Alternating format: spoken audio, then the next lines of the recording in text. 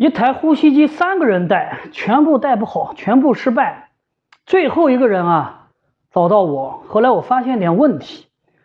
今天跟大家分享一下这个故事，也不是故事吧，是真人真事。这个人他还是个医生，神经内科的，年纪50多岁。他跟我说这台呼吸机3个人带了，他已经是第3个人带了，第3个人了都带不好，问我该怎么办。我们聊一下这个事情首先，一台呼吸机能不能3个人带？现在的单水平全自动的呼吸机理论上是可以3个人都能带的，最小压力跟最大压力只要区间合适的话，3个人都是可以带的。只要你把面罩清洗干净，管路也清洗干净，过滤棉你可以换上一片，是可以用的。那为什么全部都失败了呢？这个地方呢，还是那句话，带呼吸机它是存在个体差异性的。什么意思？我能带得好，你就带不好，他又带得好了。个体差异性主要出现在每个人的鼻子通气情况，或者说他的上气道的通气情况怎么样。还有一种就是说机器的参数设定。如果说这个人的本身上气道通气不错，生理条件是 OK 的，但是机器的参数设置有问题，那么仍然有可能是带不住的，带不好的。包括每个人对面罩的直观感受，有的人戴这个面罩就感觉没有问题，有的人感觉就非常难受，有的人鼻子大一点，有的人鼻子小一点，有的人头戴搞得太紧了难受放弃，有的人头戴太松了晚上漏气难受放弃。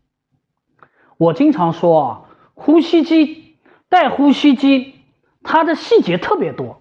你买了一台呼吸机，你作为完全的一个外行，或者说很多人实际上并不擅长去研究学习或者去了解这些新鲜的东西，你会碰到很多问题。这些问题是需要商家来提供很好的支持和服务的，你才能解决掉，才能带好这个呼吸机。没有人上来就非常精通呼吸机大家都有个学习的过程，有的人学习快，有的人学习慢，有的人甚至是不学习。所以说这3个人带不好呼吸机，最后一个人找到我了，我把他机器里面的数据参数我看了一眼，设置有问题，然后面罩佩戴也有些问题，我现场跟他说了，我说大哥你就按这个去戴，戴下来还不错，还能戴下来了。在我们行业内是有一个判断带好带不好呼吸机的一个指标的。什么指标呢？你要一个晚上至少能带到4个小时以上，说明你的依从性还可以。如果一个晚上都带不下来，带1个小时摘掉了，那你这个何谈治疗效果呢？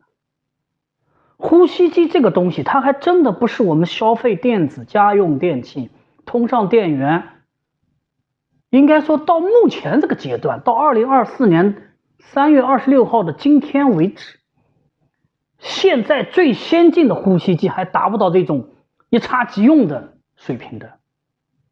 未来不好说，但现阶段是肯定达不到的。所以说这个地方呢，我们再强调一个，第一，要找负责任的商家，专业的商家来给你提供一定的支持和服务，这个特别重要。第二，你要搞清楚自己的生理条件能不能带好呼吸机。我经常讲生理条件、自身条件，有的人鼻子通气特别差，这个东西说实话不是钱能解决的问题，你给我2万块钱我也搞不定，这钱我不需要。所以说要搞清楚这个情况。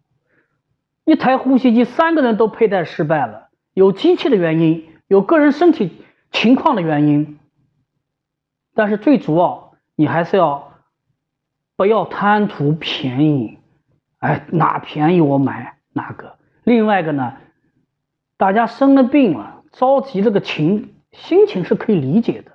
白天犯困了，一晚上搞3趟厕所了，高血压了，早上起来脑袋晕了，确实很不舒服。但是你要静下心来去稍微了解一下，最好是先试用去后购买。